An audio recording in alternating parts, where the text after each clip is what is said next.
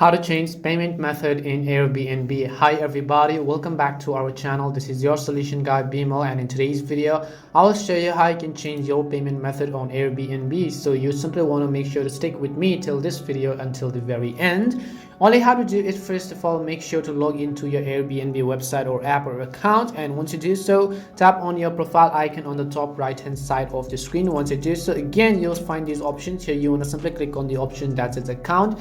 As you tap on the account option here, you'll find all these options. So you have to select the one that says payments and payouts, which you see on the right hand side of all these options. Just click on payment and payouts. Over here you'll be able to see a list of all these payment methods you've added. In order to change your payment method on Airbnb, you have to remove a specific payment method and then add the other one. For example, if I want to add the other one, I'd basically need to tap on the add payment method option, and once I do so, you'll be able to find sorts of various options. Now what you can do is, in order to set one as default, just select the three dots and choose the option called set default in order to make that payment method your default payment method. If you want to remove them, you could go ahead and select any of the methods that you might want to remove over here, and then just click on the add payment method option over here. And that's all it takes to change your payment method in Airbnb.